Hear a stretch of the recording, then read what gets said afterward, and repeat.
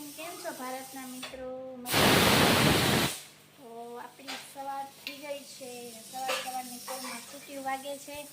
Medina બેન મારા ભેગા આવી ગયા છે ને માયનું બેન યુનિફોર્મ પહેરે છે. જો ચાકુ દેખાડે છે. કોને ચાકુ મંગાવ્યું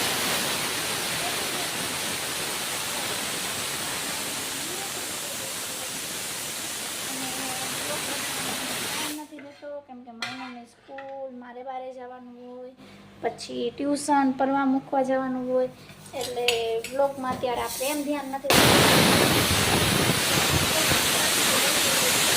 કેપ્ચર કરી લેશે. બીજું શું હોય?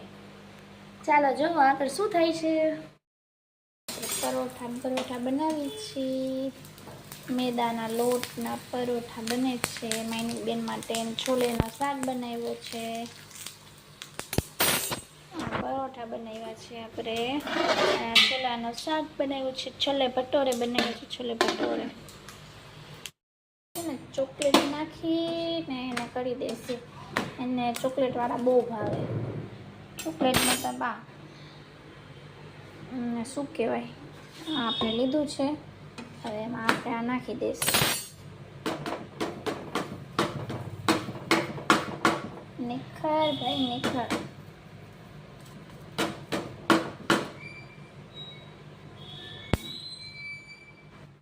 પ્લેટ આપણે પાથરી નાખી છે. હવે આપણે એને બેવડો કરી નાખીએ. ઊંધું કરી નાખશું. જો આ થઈ ગયો આપણે ચોકલેટ પરાઠો. આ 2 mm ને પછી છોલે. હવે આનો ટિફિન જલ્દી આપણે પેક કરી લે. માયનું બેને દૂધ પીતો, સવારે જાય ને તો દૂધ પીને જાય. શાક નાખી દીધો છે. પેક કરી નાખશી. છોલે ભટુરે બનાવ્યા છે. ચોકલેટ વાળો પરાઠો આપણે નીચે રાખ્યો છે. ના એમ રાખશી.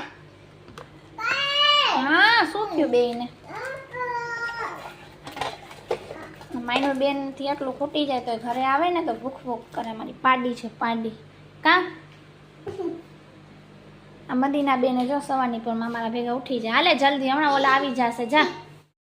ફ્રૂટમાં એપલ અને આ ઓલા ખારક કે ને ખારક પી આપ્યા છે.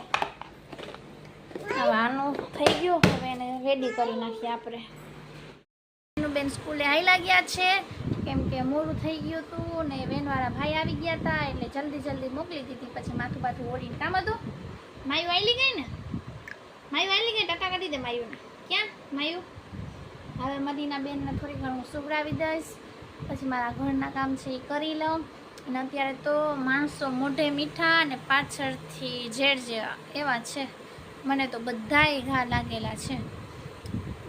ઓલા શું કહેવાય, રિશ્તા રાખવાના હોય આપણા આડે, અને આપણા માણસો આરે મતલબનો રિશ્તો રાખે.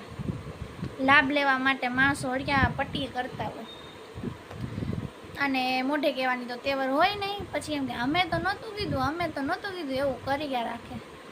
અને એક બીજા માણસો હોય કે જે પંચાતું કરે. પોતાના ઘરમાં શું હાલે છે ને પોતે કેવા છે ને એ ન જોવે, બીજાનું પંચાતું કરે. આ અહીંયા હતી, આ હું આ હતી.